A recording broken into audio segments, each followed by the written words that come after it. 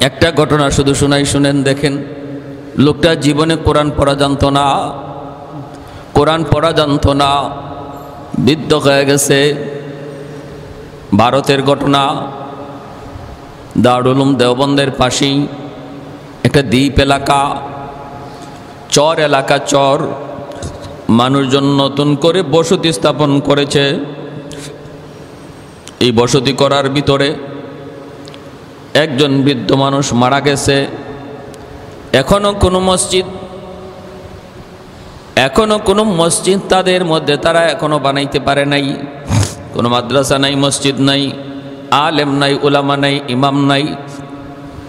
লোকটা মারা যাওয়ার পর মানুষগুলা পড়ে গেছে বিপদে যে এই মানুষটারে কেমন করে আমরা দাফন করব, কেমন করে জানাজা দিব, কেমন করে তারে গোসল করাবো।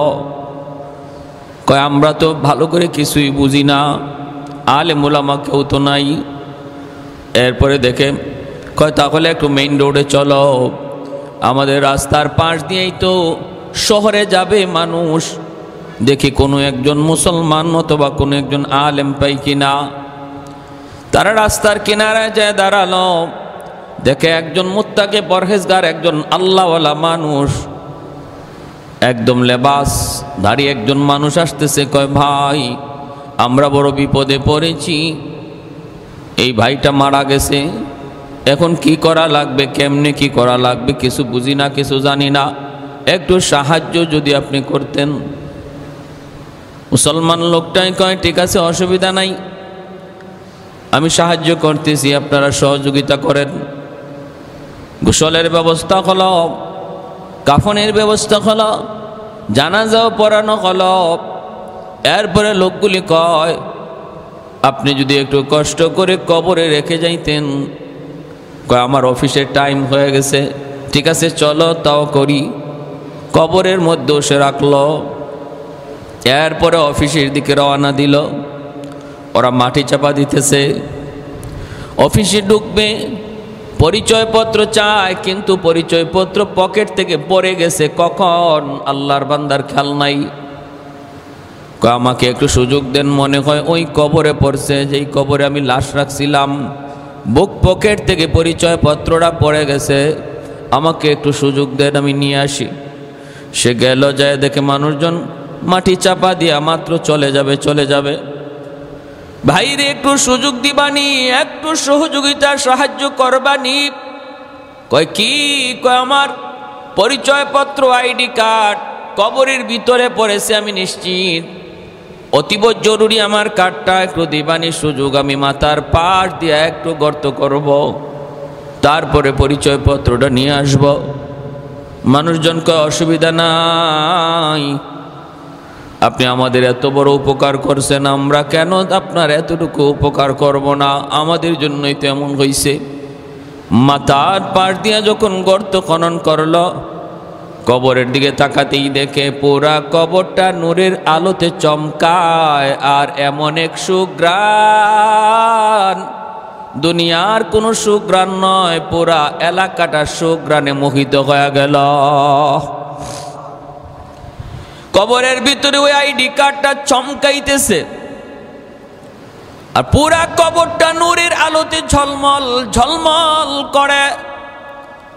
হইচই পড়ে গেল, এলাকার মানুষজন জানাজানি শুরু হলো।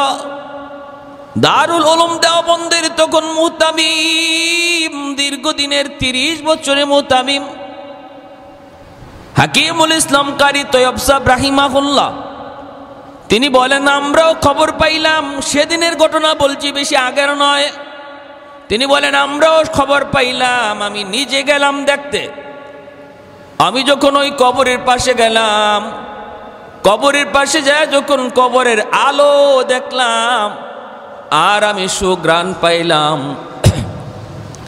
নিজের অজান্তে চোখ দিয়ে দর দর করে আমার পানি পড়তেছে, কাঁদতেছি, আর মানুষকে বলতেছি ও মানুষেরা রে শোনো, এই আলো দুনিয়ার কোনো আলো নয়, এই সুঘ্রাণ দুনিয়ার কোনো আতরের সুঘ্রাণ নয়, আলোটাও জান্নাতি, গ্রানটাও জান্নাতি। সুবহানাল্লাহ।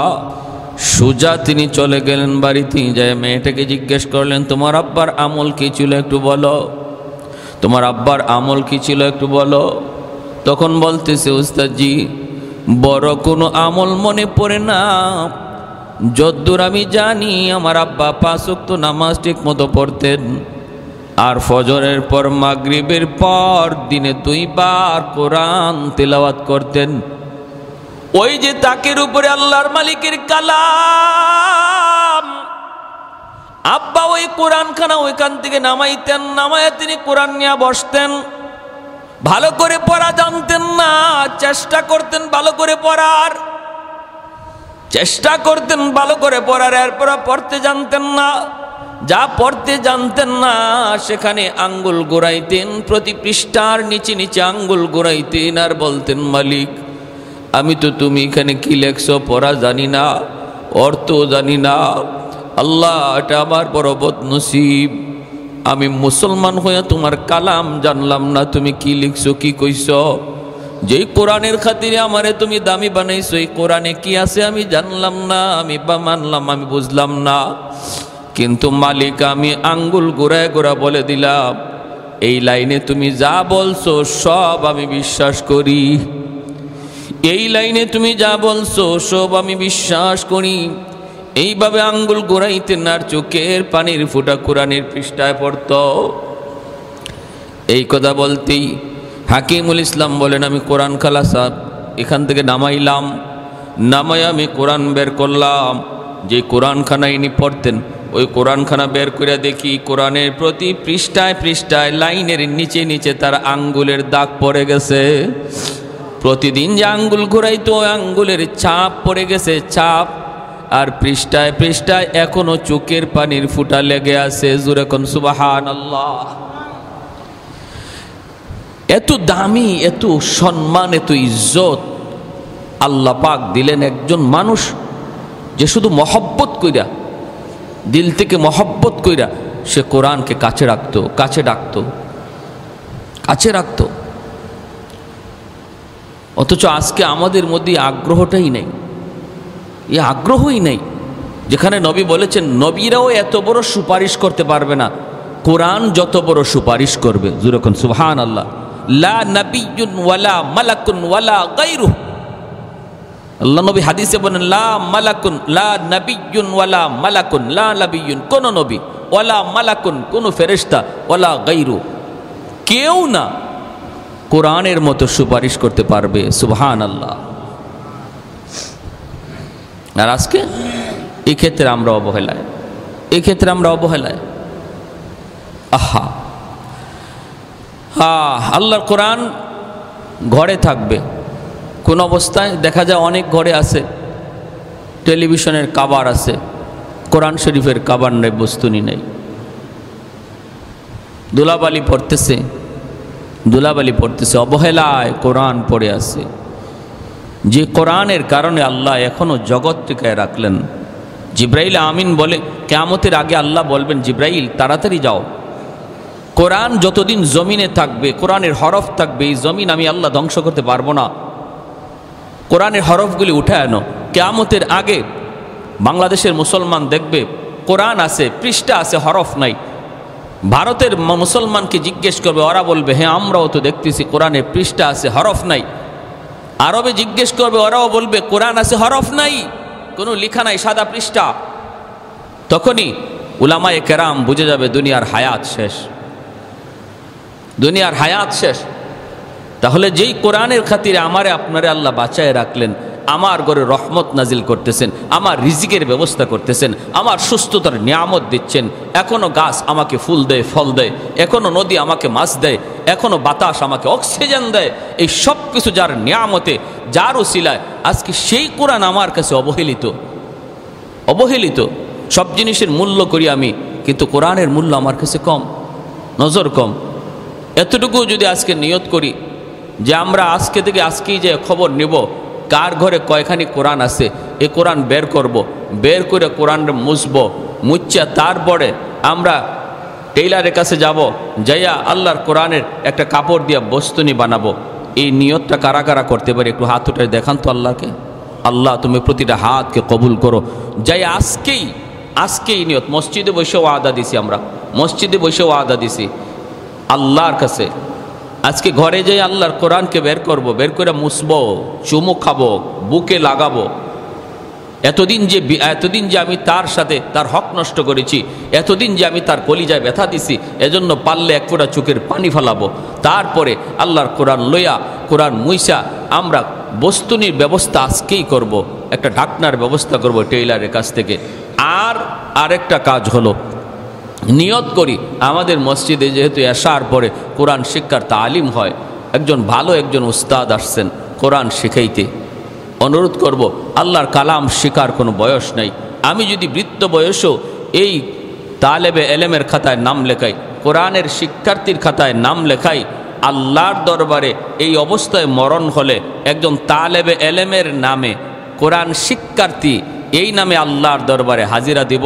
আর নবী বলেন, কোরআন শিক্ষার করার অবস্থায় যার মৃত্যু হয়, হাসরের মাঠে আল্লাহ তার শহীদের মর্যাদা দান করবে, শহীদের মর্যাদা দান করবে। এজন্য বয়স্ক যারা, তাদের জন্য আরও বেশি জরুরি যে হ্যাঁ, আমি এই শিক্ষার্থী হওয়া অবস্থায় যেন আমার মরণটা হয়ে যায়। জীবনে কত ভুল করেছি, কত অন্যায় করেছি, সার্থক হয়ে যাবে যে আমি আল্লাহর কোরআনের একজন ছাত্র ছিলাম, আমি কোরআনের শিক্ষার একটা ছাত্র ছিলাম, ওই অবস্থায় আমার মরণ হয়েছে। কপাল খুলে গেল, তার কপাল খুলে গেল। এটা আল্লাহ পাক যদি কবুল করে, যদি আল্লাহ আপনারে মায়া করে, এই অবস্থায় আল্লাহ মৌত দিবে। একজন ছাত্র বানায়া মৌত, কোরআনের ছাত্র বানায়া মৌত তখনই হবে যখন আল্লাহ তারে ভালোবাসবে। যেরকম সুবহানাল্লাহ, আল্লাহ তারে খুবই পছন্দ করবে, ভালোবাসবে। কারণ মরণটা মানুষের হাতে না। চেষ্টা করলেও আমি কোরআন তিলাওয়াত করা অবস্থায় মরতে পারবো না যদি আল্লাহ সেটাকে কবুল না করে। অতএব আমি যদি দিল থেকে, দিলটারে নরম করে, অত্যন্ত দিলটারে একদম রেজা করে যদি আল্লাহর কাছে চাই, আল্লাহ শেষ বয়সেও তোমার কোরআনখানা আমাকে বোঝার চেষ্টা দিও, পড়ার তৌফিক দিও, সহিশুদ্ধ করে আল্লাহ তুমি আমাকে পড়ার তৌফিক দিও। দিল থেকে চাই যতটুকু পারি। বৃদ্ধ বয়সে মোট অনেকটা কি হয়ে যায়, ছোট বাচ্চারা যতটা সহজে বলতে পারে, বৃদ্ধ বয়সে বলাটা কঠিন হয়ে যায়। মুখে কি করা যায় না, যেভাবে খুশি এইভাবে যায় না। মুখের খুশিতে আমার চলতে হয়, জবানের খুশিতে চলতে হয়, আমার খুশিতে জবান চলে না বৃদ্ধ বয়সে। ওই অবস্থায়ও যদ্দূর পারি দিলটারে নরম করে যদি ছাত্র বানাই, ছাত্রের খাতায় নাম লেখাই, আল্লাহ হয়তো সেটা কবুল করে নিতে পারে, পছন্দ করে নিতে পারে। কারণ ভাই, অতীত জীবনের দিকে তাকাইলে পরে আমরা আল্লাহর কাছে মুক্তি পাওয়ার বা আল্লাহর রহমত পাওয়ার কোনো আশা করতে পারি না। এত অন্যায়। ভাইয়েরা, বন্ধুরা, মালদ্বীপের জেলেরা মাছ ধরার জন্য সাগরে নামলো। হঠাৎ করে নজর, কাঠের উপরে একটা বালক সাগরে ভাসতেছে। আল্লাহ তারে কুদরতে বাঁচিয়ে নিছেন। জেলেরা যায় তার কাছে যায়, নৌকায় উঠাইল। ওই হাফেজ কোরআন, যেই বালক, তার সিনার মধ্যে আল্লাহর 30 পারা কোরআন বাহাদুরি করে সিনায় নেওয়া যায় না। আল্লাহর কালাম বাহাদুরি করে সিনায় নেওয়া যায় না। আল্লাহর কালাম ওই সিনার মধ্যেই ঢুকে, যেই সিনায় আল্লাহ পাক নিজে ঢুকায়া দেয়। এজন্য ওই হাফেজ কোরআনকে তারা নৌকায় উঠাইল। কিন্তু ওই জেলেরা, তারা তো হাফেজ কোরআন কাকে বলে চেনে না, জানে না। কোরআনের হাফেজের মহত্ব বড়ত্ব জানে না, জানার কথাও না। কারণ তারা ইসলাম কি জিনিস তাও বুঝে না। নৌকায় করে মালদ্বীপ বাজারে উঠাইল। তখনকার সময় মানুষ বেচাকেনা হইত। এই ছোট্ট বালক, যার সিনার মধ্যে আল্লাহর 30 পারা কোরআন রয়েছে, রে আল্লাহর গোলাম, বাজারে উঠাইল তারে বিক্রি করার জন্য, অনেক কাস্টমার আসে তারে কেনার জন্য, কিন্তু এমন পয়সা চায়, এমন টাকা চায়, কেউ সাহস করে না তারে কেনার। কিন্তু ওই এলাকার একজন হিন্দু মহিলা ছিল, বড় ধনী। ওই মহিলার সম্পদের কোনো অভাব নাই, কিন্তু একটা ছেলে সন্তানের বড় অভাব আছে, শুধু একটা মেয়ে সন্তান, ছেলে সন্তান তার নাই। মহিলা চিন্তা করলো সম্পদ দিয়ে আমার কি হবে, কারণ আমি যদি বৃদ্ধ হয়ে যাই আমাকে পালবে কে, খাওয়াবে কে? মেয়েটারে বিয়ে দিয়ে দেব, পরের বাড়িতে চলে যাবে, একটা ছেলের প্রয়োজন। খবর পেয়ে সে বাজারে গেল, যায়া জেলেদেরকে বলল টাকা যা লাগে তোমরা নিয়ে নাও, বিনিময়ে আমাকে ছেলেটা আমাকে দিয়ে দাও, আমার সন্তান বানায়া তারে আমি পালব। হাফেজে কোরআন চলে আসলো হিন্দু মহিলার ঘরে। দিন যায় রাত যায়, মহিলাকে মা কয়া ডাকে, বোনটা তারে ভাইয়া কয়। দিন যাইতেছে আরামে, কোনো অসুবিধা নাই, ভালোই চলছে। এইদিকে হঠাৎ করে হাফেজে কোরআন দেখতে পেল মহিলা কান্দে। মা তুমি কেন কান্দো? মহিলা তখন ডাক দেয়া কই, বাবা আমি কেন কান্দি এটা তোমার কাছে বলে কোনো সমাধান পাওয়া যাবে না রে বাবা। এরপরও তুমি বারবার যখন জিগাইতেছো মা বলি, বাবারে শোনো, মালদ্বীপ শহরে প্রতি বৎসর নির্দিষ্ট তারিখে একটা সিডর হয়, জলোচ্ছ্বাস হয়। ওই সিডরে অসংখ্য অগণিত মানুষ মারা যায়। বাদশাহ জ্যোতিষীদেরকে বলল, গণিকদেরকে বলল, তোমরা গণনা করে বের করো, জ্যোতিষী বিদ্যা পড়ে বের করো, কেন প্রতি বৎসর নির্দিষ্ট তারিখে রাত যখন 12টা বাজে তখন কেন সিডর হয়, জলোচ্ছ্বাস হয়, কারণটা কি একটু গবেষণা করে বের করো। জ্যোতিষীরা জ্যোতিষী বিদ্যা পরে বের করলো, গণকরা গণনা করো, তারা জানায় দিল এটা একটা খবিস জিন্নাতের কারসাজি, একটা দেও দানবের কারসাজি।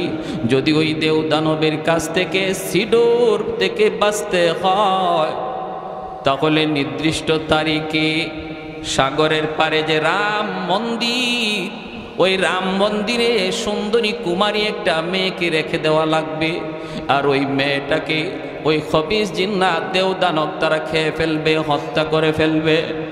এরপরে সিডর হবে না, ভুক দিলে পরে সিডর হবে না, ওরা কোনো ক্ষতিও করবে না। বাদশাহ জানায় দিল, আমার রাজ্যের সুন্দরী মেয়েদের তালিকা তৈরি করে দাও, প্রতি বছর লটারি হয়, এই বছর লটারিতে আমার একমাত্র মেয়ে যে তোমাকে ভাইয়া কয়, আমার মেয়েটার নাম উঠে গেছে, আমাকে নোটিশ দেওয়া হয়েছে, সন্ধ্যা হলে সরকারি সৈন্য আমার দরজার সামনে হাজির হবে, হইয়ে আমার মেয়েটাকে তারা জোরপূর্বক নিয়ে যাবে। বাবা এর জন্য কাঁদতেছি, বাবা বলো না, আমি তো একজন মা, মা জানে সন্তানের দরদ। আজকে যেই মেয়েটারে এত আদর করে এত সোহাগ দিয়া নিজের হাতে বড় করলাম, চোখের সামনে মেয়েটা আজকে কোরবানি হবে, চোখের সামনে মেয়েটা আজকে মৃত্যুর ঘাটে যাবে, আমি মা কেমনে সেটা শুই? এজন্য আমি কাঁদতেছি। হাফেজ কোরআন তখন কয়, মা গো টেনশন করো না, মা তুমি কোনো টেনশন করো না, যদি এটা খবিস জিন্নাতের কারসাজি হয়, দেও দানবের কারসাজি হয়, দেও দানবের চেয়েও পাওয়ারফুল শক্তি আল্লাহ আমার সিনার ভিতরে রেখে দিয়েছে, সমাধান দিব আমি, সমাধান দিব আমি, কোনো টেনশন নাই, আমার বোনের কোনো ক্ষতি করতে দেব না। মা তুমি ভয় পেও না, ভয় পেও না। মা কই, বাবা তুমি কেমনে কি করবা? হাফেজে কোরআন কয়, মা আমার বোনটারে নানার বাড়িতে পাঠায় দাও, আর বোনের জামা কাপড় পরাইয়া পালঙে আমার মেয়ে লোক বানায় বসায় দাও। আমার দাড়ি উঠে নাই, মুছ উঠে নাই, আমাকে দেখলে ওরা বুঝবে না আমি যে একটা ছেলে। মেয়ে লোকের পোশাক পরে যদি আমি বসা থাকি, আমাকে ওরা মেয়ে লোক মনে করে নিয়ে যাবে, নিয়ে যাক, তারপরে যা হয় আমি সেটা বুঝবো। মা তখন কান্দে, না রে বাবা না বড় আশা করে তোমাকে এনেছি, না তোমাকে আমি হাতছাড়া করতে পারবো না। তুমি যদি চলে যাও, তোমার যদি কোনো ক্ষতি হয়, আমি মা কাকে নিয়ে স্বপ্ন দেখব, কাকে নিয়ে আমি বাঁচব? মা যেতে দেয় না, মা প্রস্তাবে রাজি হয় না। কিন্তু হাফেজ কোরআন কয়, মা গো কেন তুমি টেনশন করো গো মা, আমি কথা দিলাম আমার বিন্দু পরিমাণ কোনো ক্ষতি হবে না। হতে পারেই না, কারণ আল্লাহর 30 পারা কোরআন আমার সিনা। उल्फत में बराबर के वफा हो के जफा हो, उल्फत में बराबर के वफा हो के जफा हो, हर चीज में लज्जत गया कर दिल में मजा हो, हर चीज में लज्जत गया कर दिल में मजा हो। एक चश्मे ज़दन गाफिल अज़ा शाख नबाशी, शायद के निगाहे को नदा गाह नबाशी, शायद के निगाहे को नदा गाह नबाशी। तो दिल में तो आता है समझ में नहीं आता, बस जान लिया मैं तेरी पहचान यही है, बस जान लिया मैं तेरी पहचान यही है। एक तो जोरे बोली अल्लाहु अकबर, मुसलमानेर आवाजे बोली अल्लाहु अकबर। भाइरा बंधुरा কোরআনের পাওয়ার আসেনি না নাই? আর একটু জোরে কোরআনের শক্তি আসেনি না নাই? আল্লাহর কালামের পাওয়ার আসেনি না নাই? প্রমাণ হবে, প্রমাণ হবে। ভাইরা বন্ধুরা, মহিলা কান্দে কয়, না না বাবা, আমি তোমাকে হাতছাড়া করব না। তোমার যদি কোনো ক্ষতি হয়ে যায়, আমি মা কাকে নিয়ে স্বপ্ন দেখব? না বাজান, আমি রাজি না। কিন্তু ছেলে বলতেছে, মা টেনশন করবা না, টেনশন করবা না, কোনো ক্ষতি আমার হবে না। বোনটারে নানার বাড়ি পাঠায়া দাও, নানার বাড়িতে পাঠায়া দাও। ভাইরা বন্ধুরা নানার বাড়ি পাঠায়া দিল। ছেলেটারে বোনের কাপড় পরাইয়া, মেয়ে লুকের কাপড় পরাইয়া পালঙে বসায় রাখলো। এইদিকে সন্ধ্যার টাইম, যেই মাত্র সরকারি ফৌজ দরজার সামনে এসে নক করেছে, এমনি মহিলা দরজা খুললা দেখি সরকারি ফৌজ। মহিলা তো আল্লাহ চিনে না, কোরআন চিনে না, কোরআনের মহত্ব বরত্ব জানে না, ঠিক কিনা? আল্লাহর কোরআনের সংস্পর্শে আর সোহবতে যারা আয়, তারা কোরআনের পাওয়ার জানে।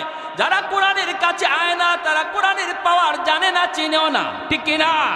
আল্লাহর কোরআনের পাশে যারা আয়, সংস্পর্শে আয়, সোহবতে আয়, তাদের মধ্যে কোরআনের আসর যায় পড়ে। আল্লাহর কোরআন যেই কাপড়ের সাথে লাগে, ওই কাপড়টা দামি হয়ে যায়। আল্লাহর কোরআন যেই কাঠের সাথে লাগে, কাঠটা দামি হয়ে যায়। 10,000 20,000 টাকা গজের কাপড় যদি পায়ে লাগে, আমাদের শরীর ঘামে না, পশম খাড়ায় না, ইন্না লিল্লাহ বলি না। কিন্তু আল্লাহর কোরআনের বস্তু নিয়ে যেই কাপড় দিয়ে বানানো হয়, ওই কম দামি কাপড় যদি আমার পায়ে লাগে, সাথে সাথে কলিজা কেঁপে উঠি, সাথে সাথে আমি কপালে চুমুকাই, সাথে সাথে আমি আমার টুটে লাগাই।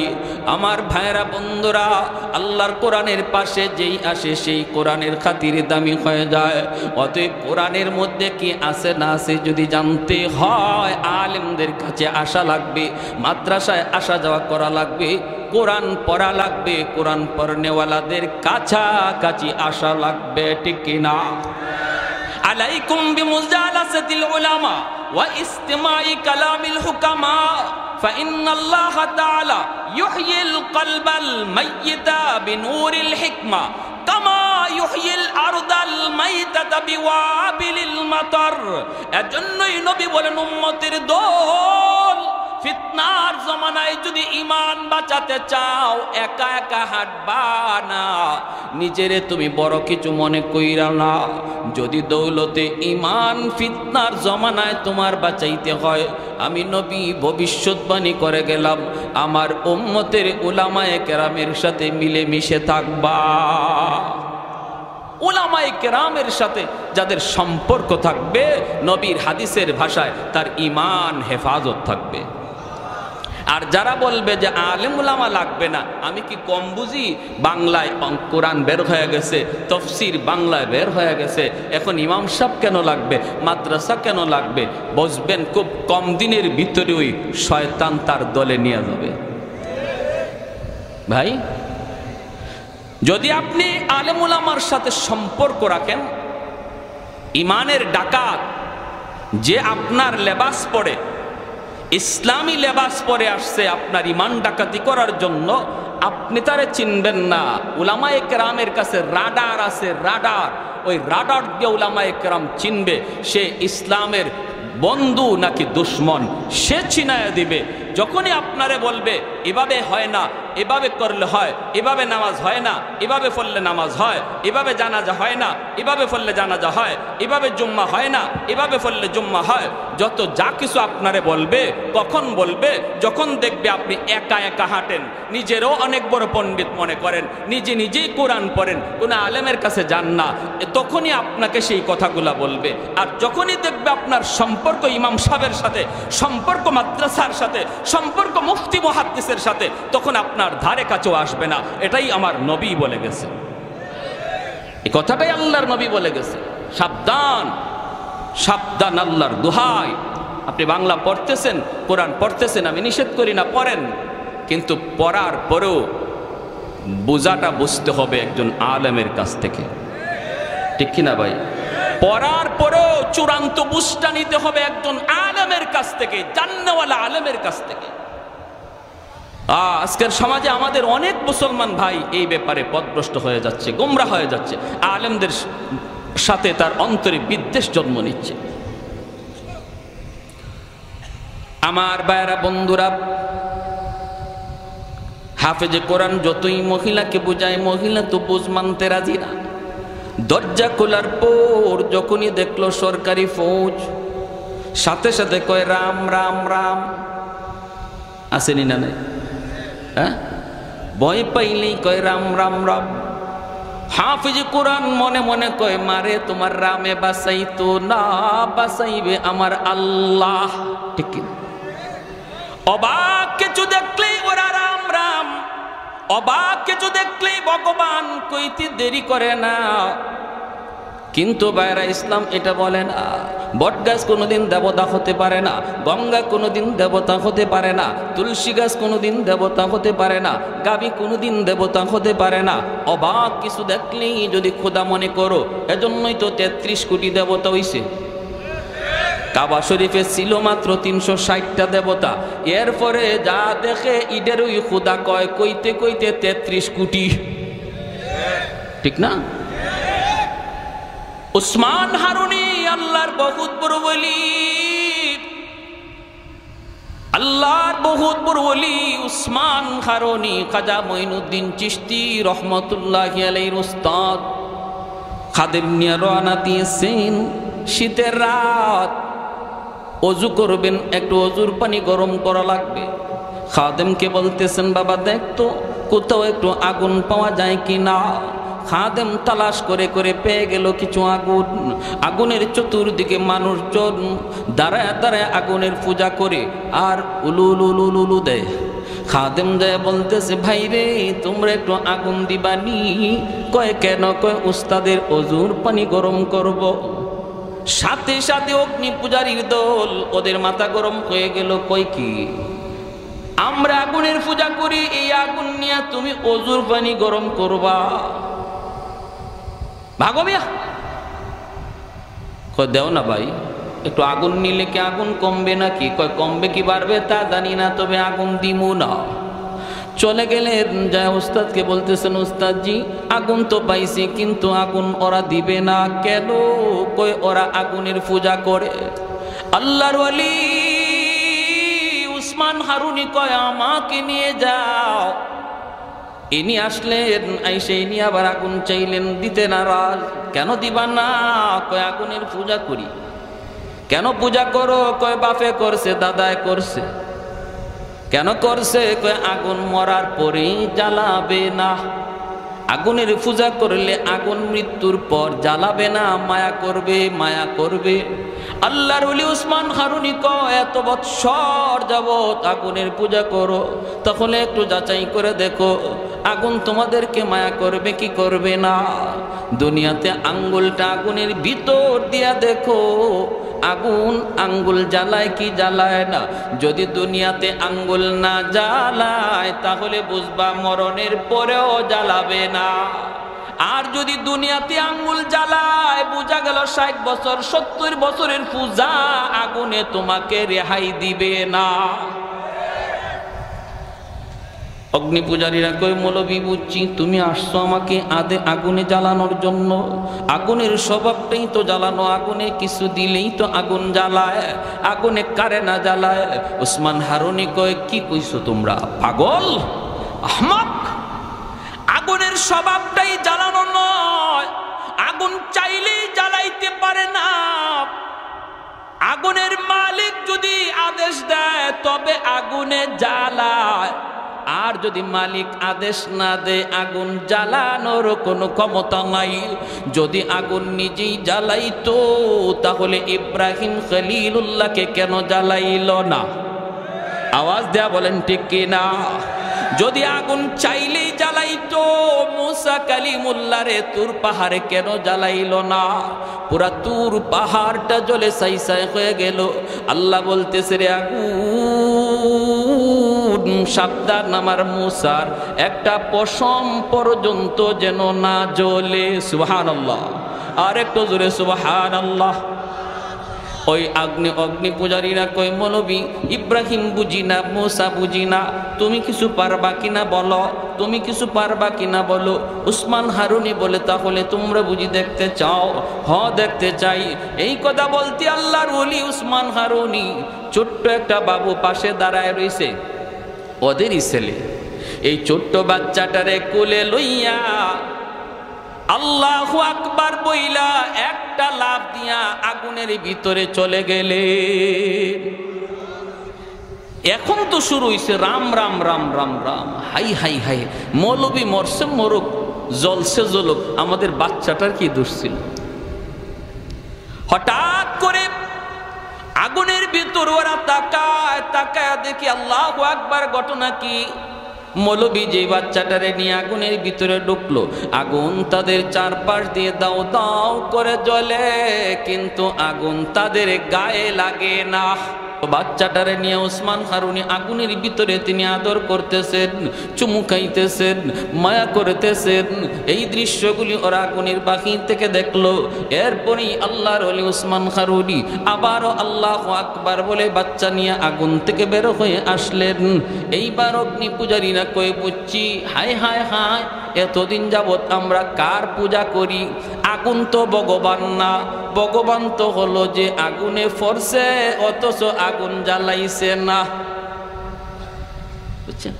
উসমান হারুনির পায়ে সেজদা করা শুরু করে দেয়। যেই মাত্র ওনার পায়ে সেজদা দেয় আপনি ভগবান, আপনি ভগবান, তখন তিনি লাঠি দিয়ে আঘাত করে বলতেছে আহাম্মকের দল, তোমরা তো অবাক কিছু দেখলে খোদা কইতে দেরি করো না। আরে আমি, এটা আমার কোনো কেরামতি নয়, আগুনে আমারে জ্বালাইছেন, এটা আমার কোনো বাহাদুরি নয়। আগুনের মালিকের উপর আমি বিশ্বাস করেছি, তোমরাও যদি আগুনের মালিকের উপর বিশ্বাস করো, ঈমান আনো, আগুন তোমাদেরকেও জ্বালাবে না।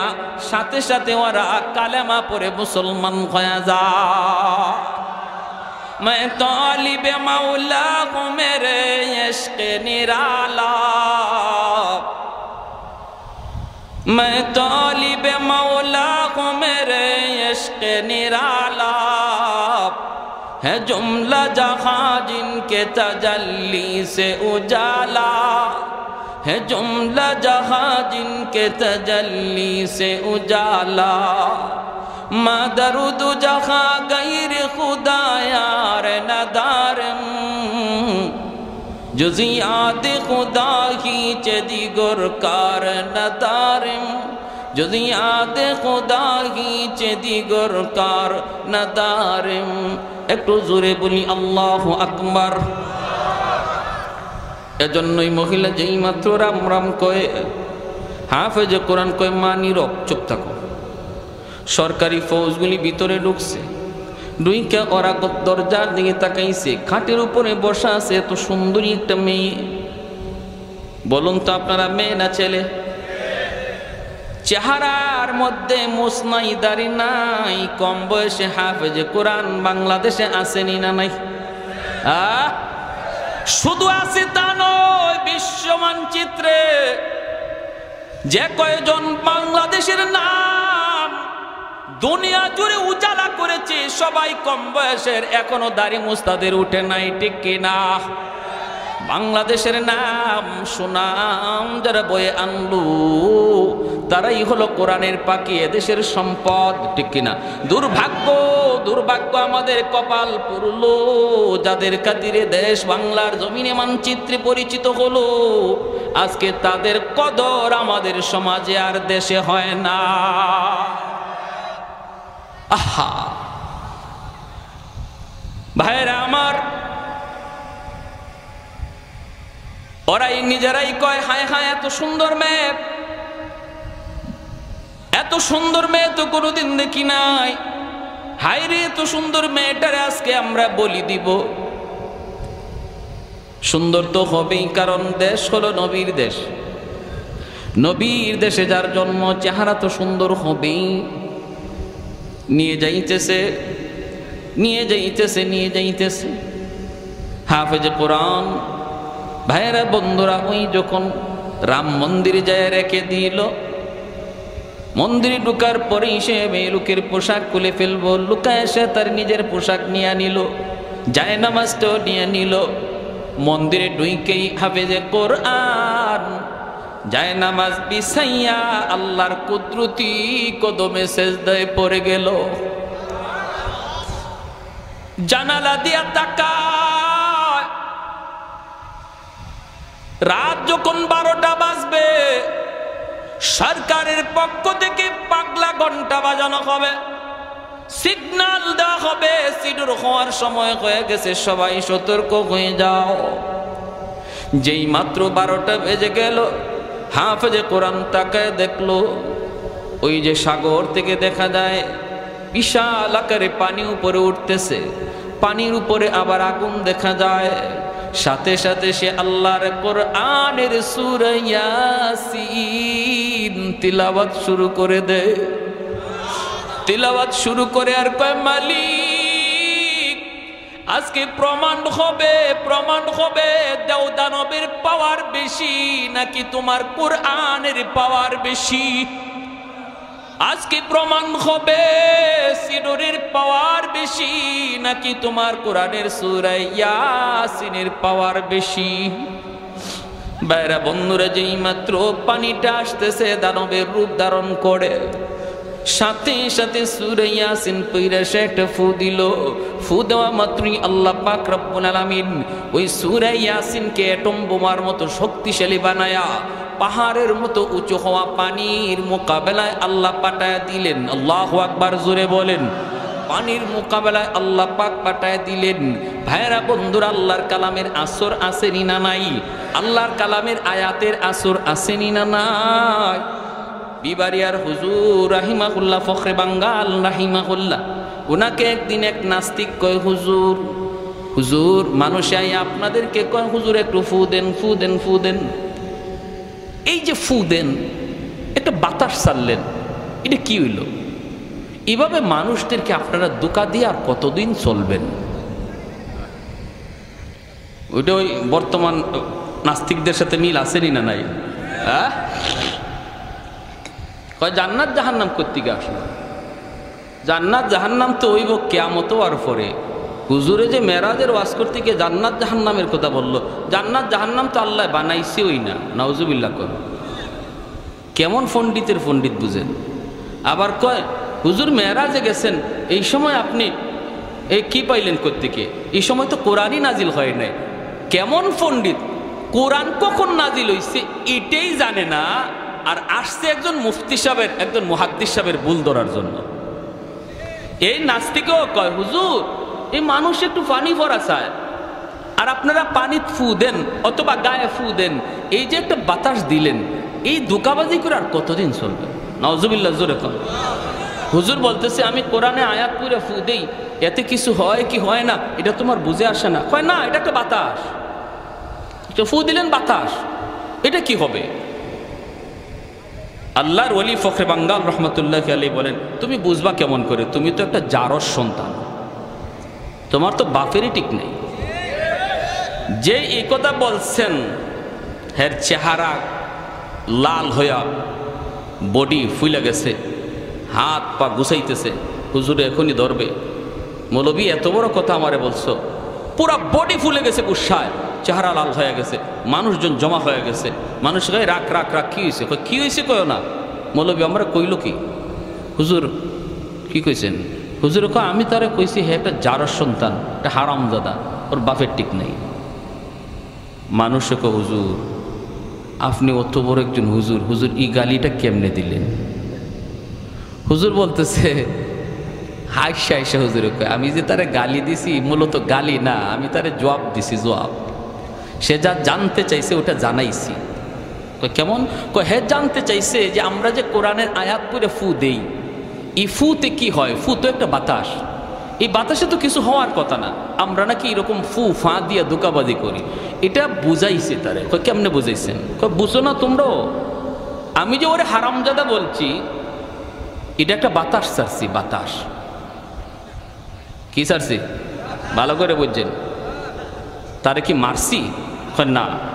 তারে কি ইটা মারছি? না। তারে কোনো ধরনের টাচই আমি করি নাই, শুধু একটা বাতাস ছাড়ছি। এই বাতাসটাও একটা নাপাক বাতাস, একটা গালি। এতে করে দেখেন তার চেহারা লাল হয়ে গেছে, তার বডি ফুলে গেছে। একটা নাপাক বাতাসে যদি এমন আসর থাকে, তার চেহারাটারে ফুলাইয়া দেয়, বডিটারে লাল করে দেয়। কোরআনের আয়াত পাক, কোরআনের আয়াত করে বাতাস দিলে যে আসর করে, এটা বুঝাইবার লাগে তারে গালিটা দিছি। বুঝে আসছে? আপনারা বুঝছেন নি? নুরউদ্দিন ঘরপুরি রহমতুল্লাহ আলাইহি সিলেটের, আমাদের সিলেটের বহুত বড় একজন আল্লাহর ওলি ছিলেন।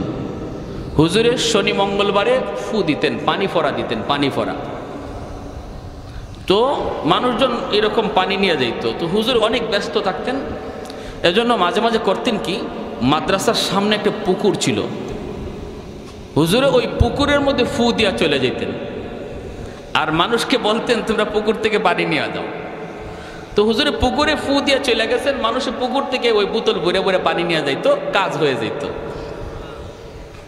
এখন একদিন এক লোক আসছে হুজুরের খুব মহব্বতের, খুব মহব্বতের, এরকম একটা কাচের জগ, এই কাচের জগ নিয়ে আসছে। অসুবিধা হইতেছে আপনাদের? এরকম কাচের জগ ভরা পানি নিয়ে আসছে। আয়সা বলতেছে হজরত আমার একটু একটু পানি ফোড়া, হুজুর একটু ফু লাগবে। হুজুর বলতেছে কেন? আমি তো পুকুরে দিয়ে আসলাম, তুমি পুকুর থেকে নিয়ে যাও। হুজুর আমার কেমন কেমন, হুজুর আমার এটাতে দিয়া দেন, এত বড় পুকুর, ফু দিছেন এক কোনায়, ওই জায়গায় ফু লাগে নাই না লাগছে এটাও জানি না, কোন ভাই ফু গেছে আর কোন ভাই গেছে না, আমি কই থেকে পানি নেব? হুজুর আমার জগটার মধ্যে একটা ফু দিয়া দেন। হুজুর বলতেছে ও আমার ফু পুকুরের কোন দিকে গেছে আর কোন দিকে গেছে না এটা তোমার একই নইতেছে না, তোমার জগে ফু দিতাম। তো ঠিক আছে, জগ ধরো, কাচের জগ তুমি ধরো, আমি ফু দেই। কাচের জগটা এইবার ধরে, আমাদের উস্তাদরা পাশে দাঁড়ানো, সবাই দেখতেছে, এই কাচের জগটা সেইভাবে ধরে রাখছে, আর হুজুর একটা ফু দিছেন। ফুটা দেওয়ার সাথে সাথে কাচের জগ টাস টাস করে ভেঙে পড়ে গেছে। কিসের পানি? পুকুরে ফু দিছি তোমার একই নয় না, জগে ফু দিমো, ঠিক আছে জগ ভালো করে দইর, জগ ওই নাই, জগ আছে, জগ ওই নাই। ওই হাফেজে কোরআন আল্লাহর কালাম সূরা ইয়াসিন পড়ে ফু দিল, আল্লাহ ওই কোরআনের সূরা ইয়াসিনকে এমন পাওয়ারফুলে বোমা বানায় দিলেন, সাগর থেকে পাহাড় পরিমাণ উঁচু হয়ে যে সিডোর আসতেছে, এর মোকাবেলায় চলতেছে সিডোর আসতেছে, আল্লাহর কোরআনও যাইতেছে। আল্লাহু আকবার, জোরে কর। আমার ভাইয়েরা বন্ধুরা, সামনের দিকে যায়, মোকাবেলা হয়ে গেল আল্লাহর কোরআনের সাথে। মুহূর্তের ভিতরে সাগরের সিডোর, পাহাড় পরিমাণ উঁচু যে সিডোর ছিল, সাগরে আবার দেবে গেল। মুহূর্তের ভিতরে আল্লাহর কোরআন জয়ী হয়ে গেল, আর দেওদানবের কারসাজি পরাজিত হয়ে গেল। ভাইরা বন্ধুরা, সকালবেলা আসছে ওরা লাশ নেওয়ার জন্য। লাশ, কারণ প্রতিদিন প্রতি বৎসর সকালবেলা ওরা লাশ নিয়ে যায়। রাতে যদি সিডোর না হয় তাহলে মন্দির থেকে লাশ নিয়ে যায়। আসছে সরকারি ফৌজ লাশ নেওয়ার জন্য। আইসা দেখে লাশের কোনো বংশ নাই, বরং মন্দিরের ভিতরে একজন কোরআনের হাফেজ বসে বসে কোরআন তিলাওয়াত করতেছে। ইয়াসিন ওয়াল কুরআনিল হাকীম ইন্নাকা লামিনাল মুরসালিন।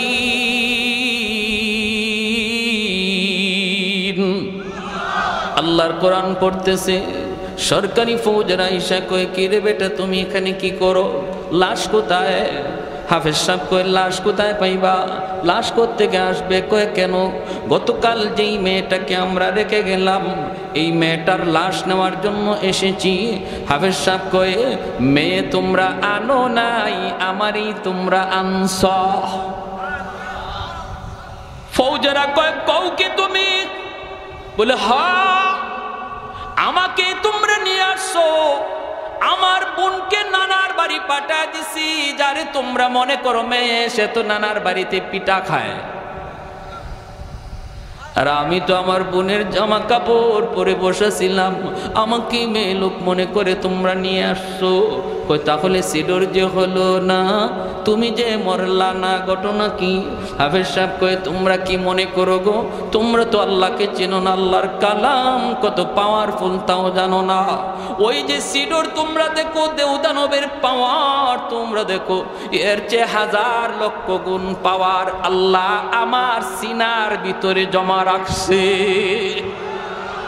সিডোর সিডোরের মতো করে উঠছে। আমি শুধু আমার মালিকের সূরা ইয়াসিন, আল্লাহর কালামের সূরা ইয়াসিন, যেই সূরা কোরআনের হৃৎপিণ্ড, ওই সূরা পড়ে শুধু একটা ফু দিয়েছি। যেখান থেকে পানি উঠছিল সেখানেই দেবে গেছে। কৌকি তুমি বলে, হ্যাঁ, এটা আল্লাহর কোরআনের পাওয়ার, আল্লাহর কোরআনের পাওয়ার। সাথে সাথে তারা বাদশারে জানায় দিল। বাদশাহ অবাক হয়ে গেল। বাদশাহ মন্ত্রী পরিষদ নিয়া হাফেজ সাহেবের সামনে আইসা হাজির হয়ে বলতেছে, রে হাফেজে কোরআন, ও বাবা, তুমি এটা কি শুনাইছো, কি বলছো? আমরা তো কোরআন বুঝি না, কোরআনের মহত্ব জানি না। বাবা, আগামী বছর এই তারিখে আবার তোমাকে আমরা মন্দিরে রাখবো, আবারও তোমাকে মন্দিরে রাখবো। আমরা নদী সাগরের পারে দাঁড়ায় দাঁড়ায় দৃশ্যগুলি দেখব।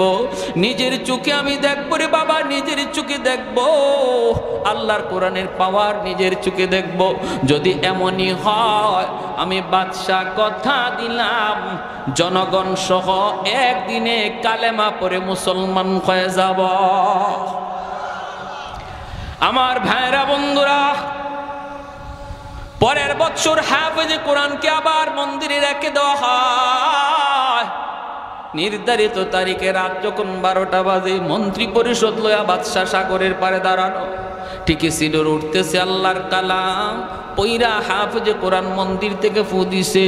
বাদশাহ একবার সাগরের দিকে তাকায়, আরেকবার মন্দিরের দিকে তাকায়, একবার সাগরের দিকে তাকায়, আবার মন্দিরের দিকে তাকায়।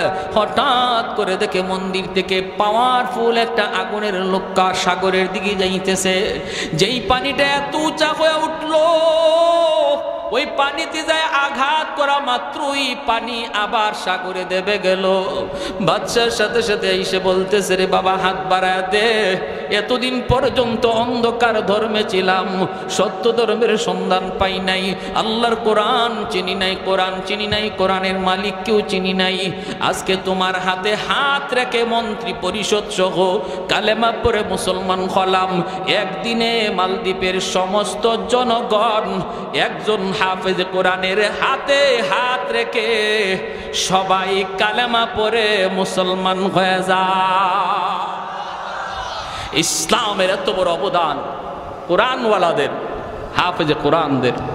কিয়ামতের ময়দানে আল্লাহ পাক রব্বুল আলামিন যখন একজন কোরআনের পাখিকে বলবে যাও জান্নাতে যাও, কেমনে বলবে জানবেন? পর্দার আড়ালে আনবে আল্লাহ। আল্লাহ পাক পর্দার আড়ালে আনবে একজন আলেমকে, একজন হাফেজ কোরআনকে। আইন আল্লাহ বলবে তুমি এই গুনাহটা কেন করেছিলা? ইয়া মাশারাল উলামা ইন্নী লাম আদা ফীকুম ইলমি লিউআযিবাকুম, আমি আল্লাহ তোমাকে কোরআন দেই নাই জাহান্নামের আগুনে জ্বালানোর জন্য। কেন তুমি এই অন্যায় করেছো? কেন তুমি এই অপরাধ করেছো? তখন পর্দার আড়ালেই হাফেজে কোরআন আলেমে দ্বীন তখন বলবে আল্লাহ ভুল হয়ে গেছে, শয়তানের দোকায় পড়ে ভুল করে ফেলেছি। আল্লাহ পাক তখন বলবে নেও, আমি তোমাকে পর্দার ভিতরেই তোমাকে মাফ করে দিলাম। তোমাকে জিজ্ঞেস করলাম কেন ভুল করেছো, এই জিজ্ঞেস করাটাও হাসরবাসী কাউকে আল্লাহ দেখাবে না। ইযহাবু ফাকাদ গাফারতু লাকুম ওয়ালা উবালি, যাও তুমি জান্নাতে যাও, আমার কোরআনের ইজ্জতের খাতিরে কোনো পরোয়া আমি কারো করলাম না। তখনই সে কইব আমি আমার আব্বা আম্মা ছাড়া জান্নাতে যাইমু না। সুবহানাল্লাহ, আরো আস্তে কম। আল্লাহ পাক বলবে যাও জাহান্নামের ভিতর থেকে তার বাপ মাকে নিয়ে আসো। ফেরেশতারা জাহান্নামের ভিতরে যায় তার বাপ মাকে ডাক দিবে। বাপ মা যখন উঠে আসবে তখন তার দাদা দাদি নানা নানি তার বাপ মাকে ধরবে, ধরে বলবে বাবা রে তোমরা তোমাদের সন্তানের সুপারিশে আজকে জান্নাতে যাইতেছো, জাহান্নাম থেকে মুক্তি পেয়ে গেছো, কিন্তু আমরাও তো তার দাদা, আমরাও তো তার নানা নানি কম আদর করি নাই, আমরাও জাহান্নামে আজকে আগুনে জ্বলতেছি। আমার ভাইটারে আমি কত আদর করলাম, একটু যায় কইও আমাদের জন্য সুপারিশ করত। তখন তার বাপ মা যখন জান্নাতে যাওয়ার পথে হাফেজ সাহেব যায়, আলেম যায়, সাথে সাথে বাপ মা থেমে যায়। বাপ মা থাইমে বলতেছে না আমরাও জান্নাতে যাবো না। কেন? কই তুমি যদি তোমার বাপ মা ছাড়া জান্নাতে না যাও, আমরাও আমাদের বাপ মা ছাড়া জান্নাতে যাইমু না। আল্লাহ বলবে যাও আমার কোরআনের পাখির দাদা দাদিরে নিয়ে আসো। দাদা দাদিরে যখন তুলতে যাবে তখন ওই এলাকার, এই যে মাদ্রাসা আপনাদের, এই এলাকার মানুষজন ওই তার দাদা দাদিরে ধরবে। বাইরে তোমরা যে আজকে বের হইতেছো ভালো কথা, কিন্তু আমরা তো ওই এলাকার মানুষ, যেই এলাকার মাদ্রাসায় তোমাদের নাতিটা হাফেজ হয়েছে, আলেম হয়েছে, আমরা ওই এলাকার মানুষ, আমরা মাদ্রাসার দিকে নজর করছি, তার থাকার ব্যবস্থা করছি, তার খাওয়ার ব্যবস্থা করছি। আজকে আমরা কিছু মানুষ জাহান্নামে আটকে গেছি, তোমরা একটু যায় কইও তারে সুপারিশ করতো।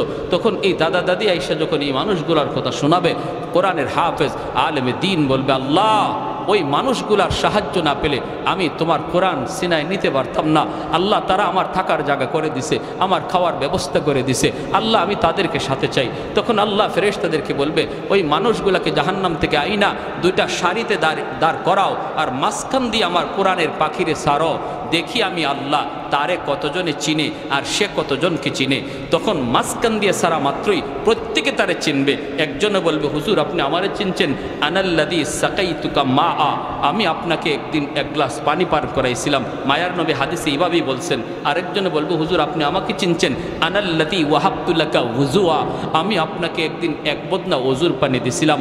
মুহাদ্দিসিনে কেরাম হাদিসের ব্যাখ্যায় লিখেন নবী এই দুই কথা বলে শুধু দুইজনকে বুঝাইলেন না, এইভাবে অসংখ্য মানুষজন সহযোগিতার কথা ইয়াদ করাইয়া দিবে, আর তখন তার ইয়াদ হয়ে যাবে। আল্লাহ বলবেন আমার কোরআনের পাখিরে যতজনে চিনতেছে আর সে যতজনকে চিনতেছে সব সহ জান্নাতে দিয়ে দাও।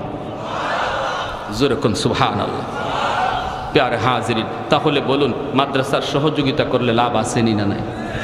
একজন ছেলেকে, সন্তানকে, নাতিকে কোরআনের হাফেজ আলেম বানাইলে লাভ আসেনি না নাই?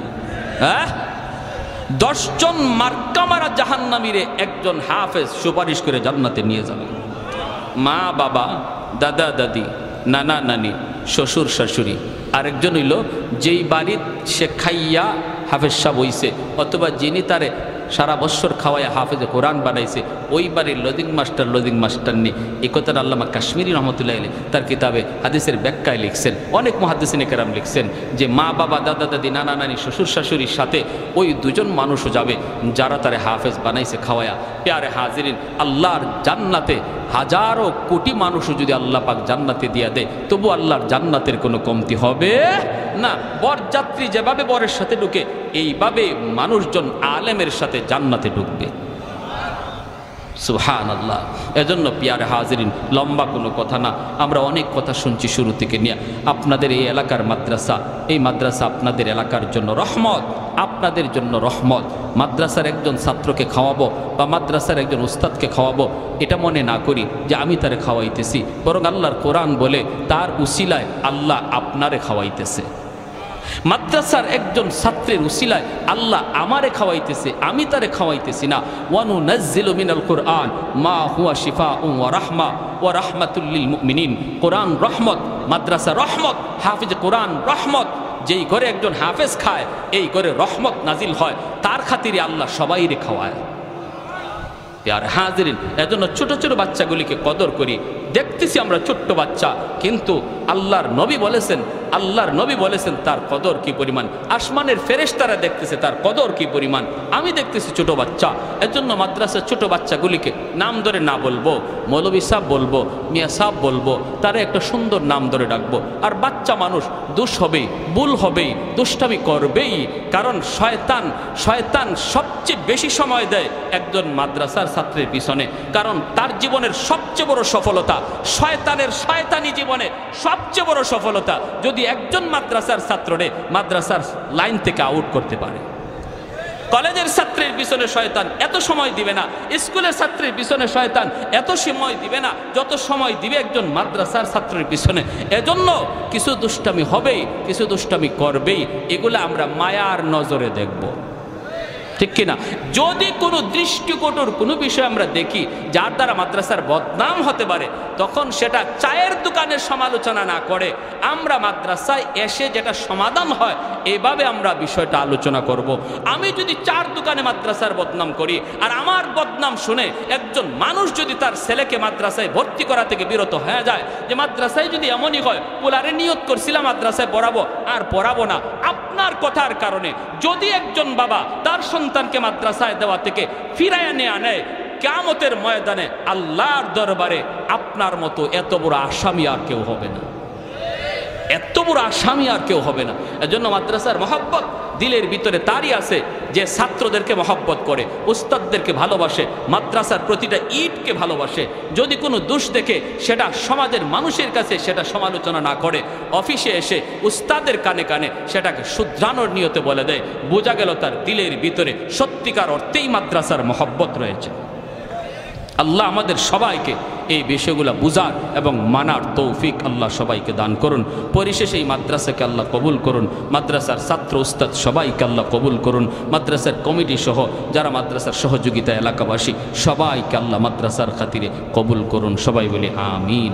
ওয়া আখির দাওয়ানা আনিল হামদুলিল্লাহি রাব্বিল আলামিন। আল্লাহুম্মা ওয়া তারহামনা লানাকুনান্না মিনাল খাসিরিন।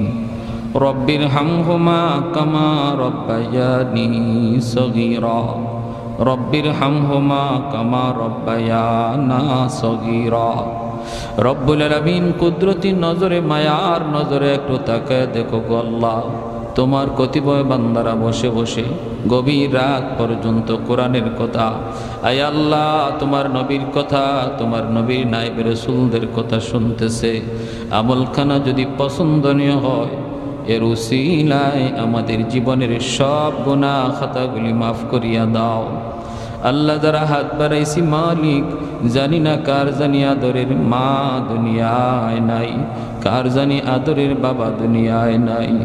ও মালিক, যার মা নাই সে জানে মা কত বড় নিয়ামত।